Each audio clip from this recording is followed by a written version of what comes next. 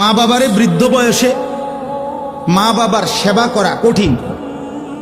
এটা যে একটু কঠিন, কষ্টকর, বিরক্তিকর। বউ ফ্যান ফ্যান করে, মা বাপেও বউ যা ঝামেলা করে, যন্ত্রণা দেয়। তো এইটা তো কঠিনই, বিষয়টা তো একটু কঠিন।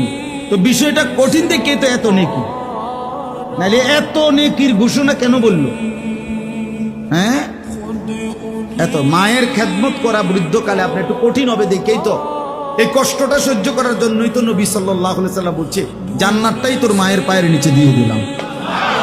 তো এটা একটু কঠিন দেখেই তো বিষয়টা যে একটু কঠিন হবে, এই জন্য পুরস্কারের ঘোষণাও তো দিছে কি বেশি বড় বড় সড়ো ঘোষণা দিচ্ছেন।